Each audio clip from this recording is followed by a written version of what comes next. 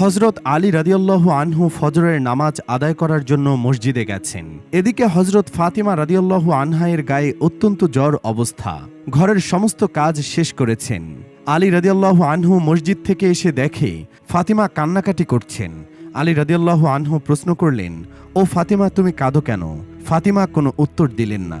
ফাতিমা আরো জোরে কাঁদতে লাগলেন। আলী রাদিয়াল্লাহু আনহু কয়েকবার প্রশ্ন করার পরে ফাতিমা রাদিয়াল্লাহু আনহু কাঁদতে কাঁদতে বলেন, ও আলী, আমি স্বপ্নের মধ্যে দেখেছি আমার আব্বাজান হজরত মুহাম্মদুর রাসূলুল্লাহ সাল্লাল্লাহু আলাইহি ওয়াসাল্লাম আমার ঘরের মধ্যে ঢুকে কি যেন তালাশ করছেন। ঘর থেকে বাহির হওয়ার সময় আমি পেছন দিক থেকে আমার আব্বাজানকে ডাক দিলাম, ও আব্বাজান, আপনি কি তালাশ করছেন?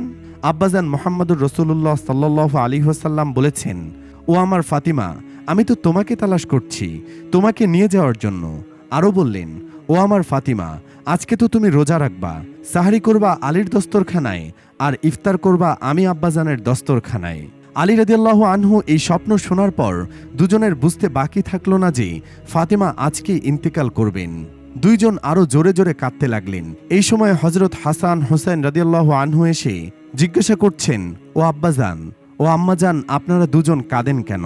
ফাতিমা রাদিয়াল্লাহু তাআলা আনহুয়ের একটি অভ্যাস ছিল, যখন হাসান হোসেন রাদিয়াল্লাহু আনহু কোনো কাজে বিরক্ত করতেন তখন দুজনকেই নানাজানের কবরের কাছে যেতে বলতেন।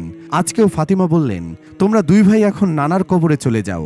কবরের নিকট যাওয়ার সাথে সাথে কবর থেকে আওয়াজ আসলো, ও আমার আদরের নাতিরা, এই মুহূর্তে তোমরা আমার কাছে কেন আসছো?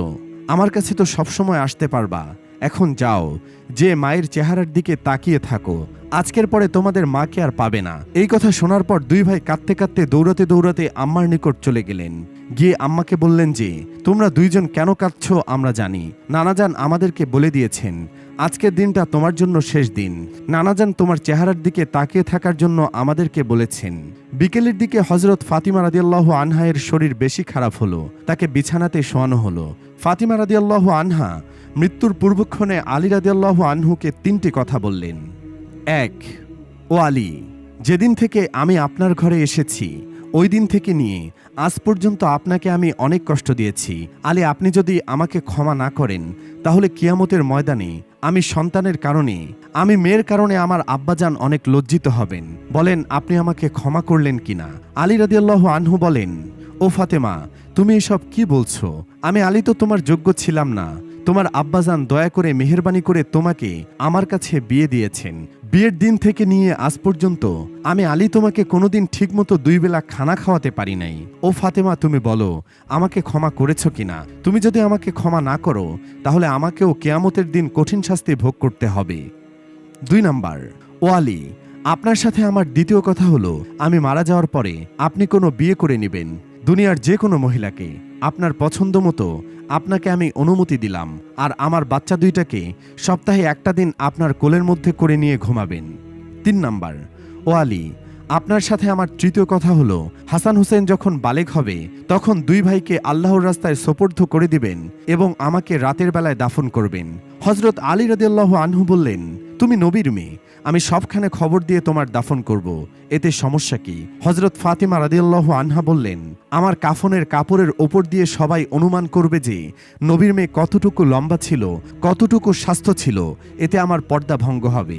হজরত ফাতিমা রাদিয়াল্লাহু আনহায়ের ইন্তেকালের পর তার লাশের খাটিয়া বহন করার মানুষ মাত্র 3 জন, হজরত আলী রাদিয়াল্লাহু আনহু এবং শিশু হাসান এবং হোসেন রাদিয়াল্লাহু আনহুমা। হজরত আলী ভাবছিলেন যে খাটিয়া বহন করার জন্য মানুষ আরও একজন প্রয়োজন, তবেই 4 কোণায় 4 জন কাঁধে নিতে পারবেন। এমন সময় হজরত আবু যর গিফারি রাদিয়াল্লাহু আনহু এলেন ও খাটিয়ার 1 কোণা বহন করলেন। হজরত আলী প্রশ্ন করলেন, ও আবু যর, আমি তো কাউকে বলি নাই, আপনি জানলেন কিভাবে? হজরত আবু যর গিফারি রাদিয়াল্লাহু আনহু বললেন, আমি আল্লাহর রাসূল সাল্লাল্লাহু আলাইহি ওয়াসাল্লামকে স্বপ্নে দেখেছি।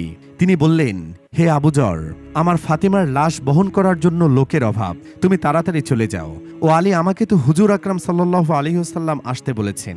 হজরত ফাতিমা রাদিয়াল্লাহু আনহাকে যখন কবরে নামাচ্ছেন তখন হজরত আবু যর গিফারি রাদিয়াল্লাহু আনহু কবরের কাছে গিয়ে কবরকে উদ্দেশ্য করে বললেন, হে কবর, তুই কি জানিস আজ তোর মধ্যে কাকে রাখছি? এটা জান্নাতের সকল মহিলাদের সর্দার ফাতিমা রাদিয়াল্লাহু আনহা। কবর থেকে কোনো আওয়াজ নেই।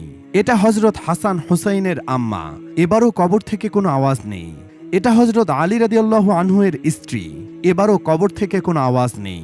এটা দোজাহানের বাদশাহের মেয়ে। খবরদার, কবর বেয়াদবি করবি না। আল্লাহ তাআলা কবরের জবান খুলে দিলেন।